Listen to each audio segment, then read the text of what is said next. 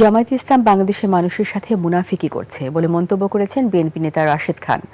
শনিবার দুপুরে ঝিনাইদহের কালীগঞ্জে তার দলীয় কার্যালয়ের সাংবাদিকদের সাথে মতবিনিময় সভায় তিনি অভিযোগ করেন, বাংলাদেশ নিয়ে জামায়াত ও এনসিপি ষড়যন্ত্র করছে। রাশেদ খান বলেন, এনসিপি জামায়াতে ইসলামী সম্পর্কে বলেছিল জামায়াত দেশের স্বাধীনতা বিরোধী শক্তি, তারা কেন এখন এই স্বাধীনতা বিরোধী শক্তির সাথে হাত মিলালো? ইসরায়েল যেমন ফিলিস্তিন অশান্ত করছে, ঠিক তেমনই জামায়াত বাংলাদেশকে অশান্ত করার চেষ্টা করছে বলে মন্তব্য করেন রাশেদ খান। আজকে বাংলাদেশের জনগণের সাথে ইসলাম নিয়ে মুনাফিকি করছে জামাত ইসলাম, এবং দুঃখ লাগছে আমাদের তরুণ বন্ধুদের দল এনসিপি, তারা বলছে যে আমরা মধ্যপন্থী রাজনীতি করতে চাই।